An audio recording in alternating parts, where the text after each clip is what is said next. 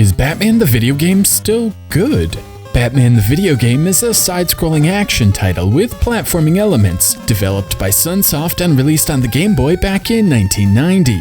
Despite being developed by the same company and sharing the same name, Batman on the Game Boy is a completely different beast than the NES and Genesis titles released around the same time. I'm also not sure why this was released a full year after the film it's based on. Perhaps the success of the movie and the NES game took Sunsoft by surprise, prompting this portable adaptation. Or perhaps there is some other reason. In either case, Batman the video game for the Game Boy was met with positive reviews. Electronic Gaming Monthly gave the game a 7.8 out of 10, stating, "This is a great Game Boy game. Batman has a little bit of everything, including multi-scrolling action-adventure, flying, shooting, and much more. The graphics by Game Boy standards are superlative, with intermissions and bosses superb."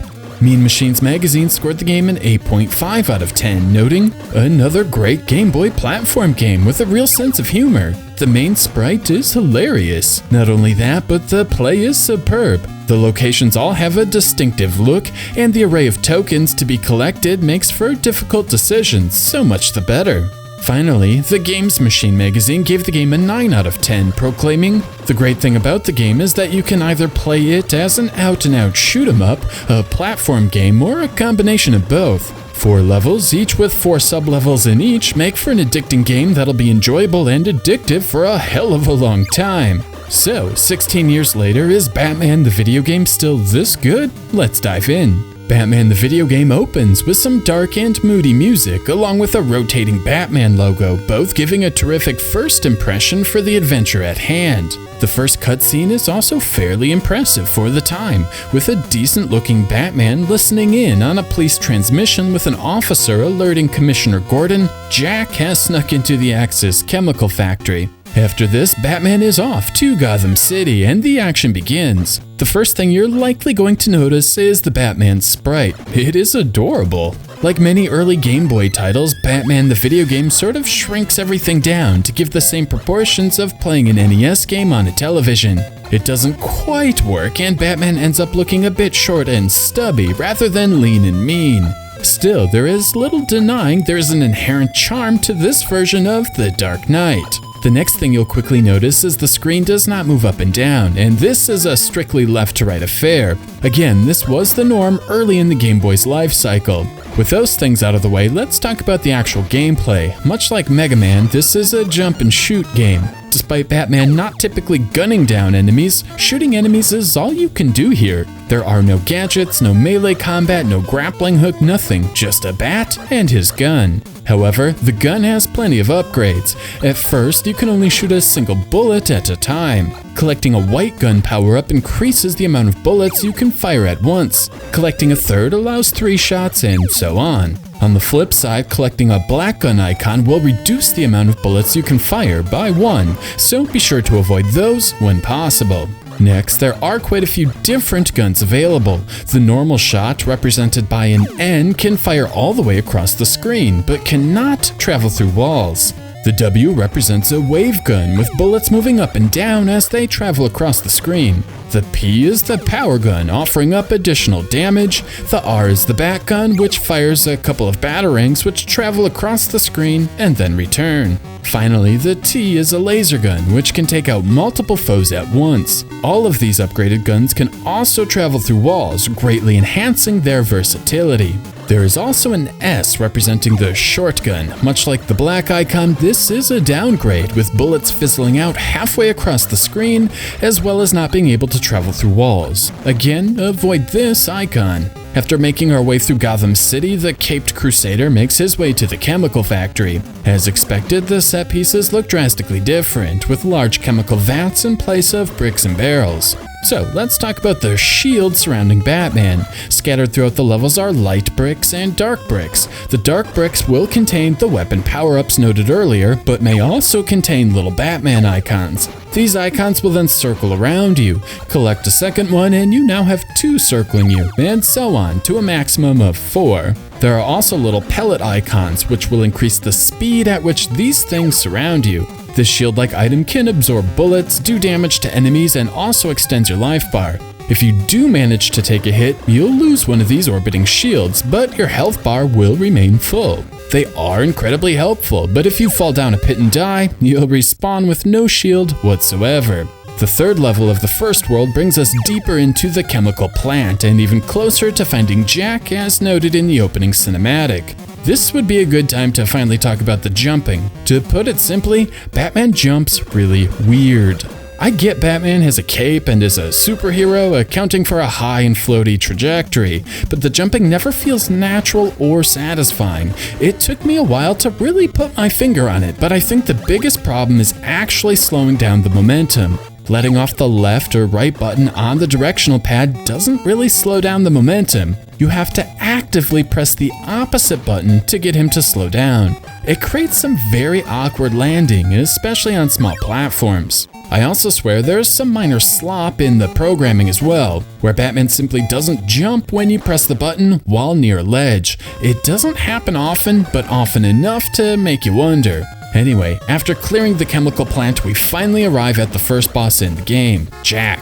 As you can see here, the Batman sprite looks especially silly compared to the full-sized Jack sprite. This also means it is incredibly difficult to hit Jack in the head, which seems to do the most damage. Because of this, I actually find the wave gun to be the best weapon in the entire game. The fact it waves above and below Batman's sightline allows you to hit a ton of enemies from locations just not possible with the other weapons. The downside is sometimes it can be tricky to shoot down the blocks with items in them, but the added range is well worth the trade-off. Without the wave gun, Jack is a pretty tough boss. His attacks can be hard to avoid, and Jack likes to jump around the screen, making it challenging to jump incoming fire and clear him as he wanders back and forth. With the wave gun, however, it is far easier to land headshots, making this boss fight fairly tame.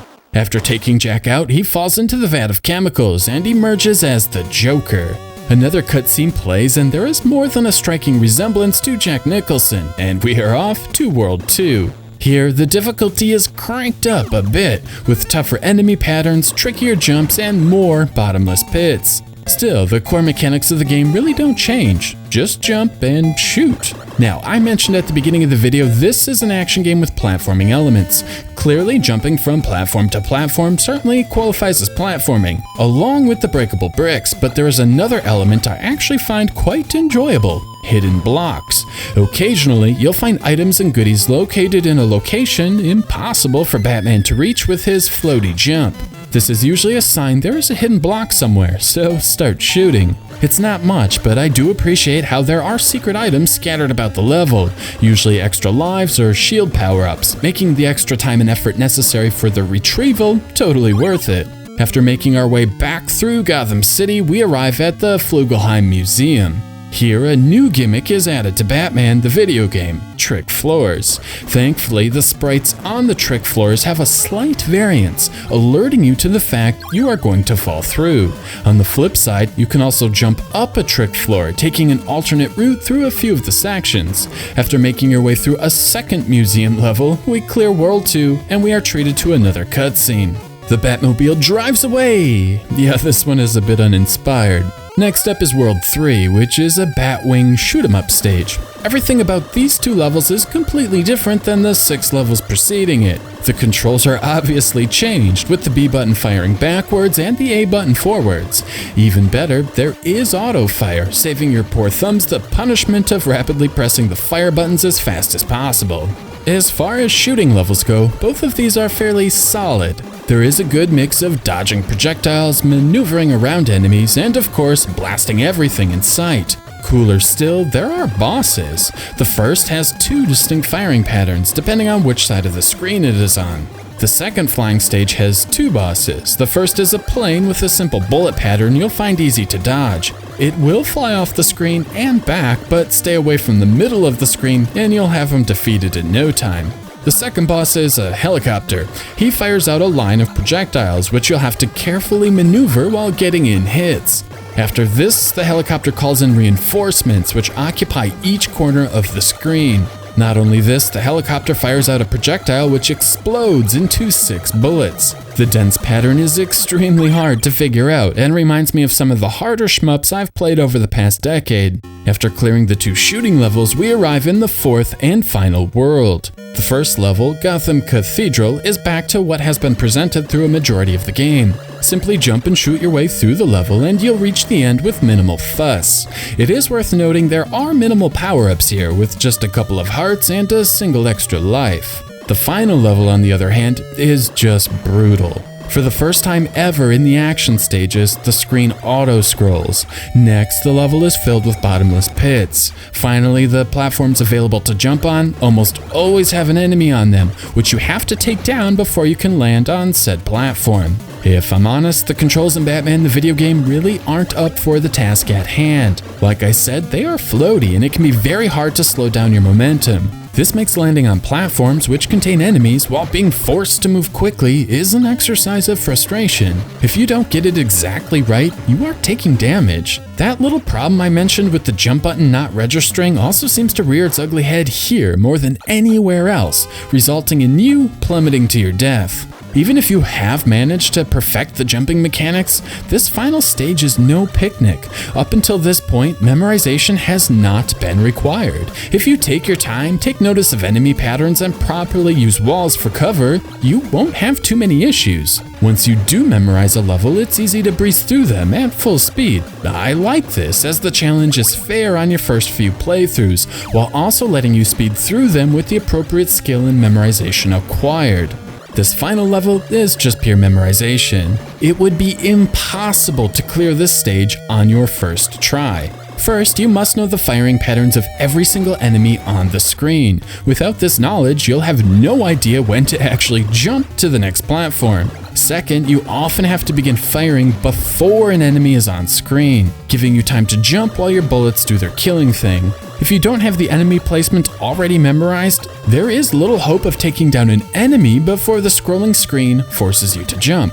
It all adds up for a level that is brutal and hard for all of the wrong reasons. Skill is not rewarded here. Instead, it's all trial and error. Sadly, completing the level does not give me a feeling of satisfaction for clearing the sadistic level design put before me, but rather relief that I may be lucky enough to never have to do it again. After finally clearing this hellish level, we arrive at the final boss, the Joker. This fight should look awfully familiar, as it is basically the same as the very first boss encounter. The Joker launches projectiles at you while moving about the screen. Like before, he likes to jump into you while you try to leap over him, which can be a bit annoying. However, if you got the wave gun, this is extremely manageable and shouldn't give you too much trouble. Like the film, upon defeat, the Joker falls to his presumed death. We then cut to Batman on the rooftop, staring at the bat signal while his cape waves in the breeze. Now this is a good-looking Batman. Then, of course, the credits roll.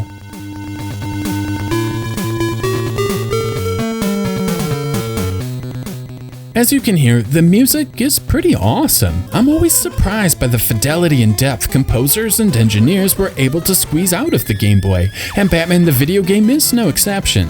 The music is all extremely well done, with lengthy and complex compositions, offering a nice blend of fast beats enhancing the action, while the abundance of bass gives the whole game a gritty undertone matching the feel of Gotham City.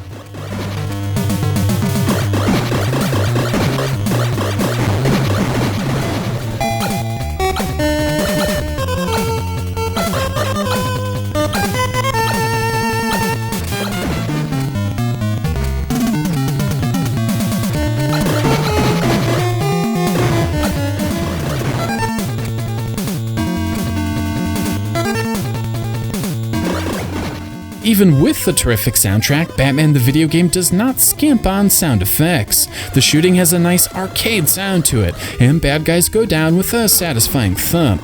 Batman even has a landing sound each and every time he completes a jump. I love little touches like this, and it's clear the developers put a lot of thought and care into the overall sound design. Graphically speaking, Batman the video game is starting to show its age a bit.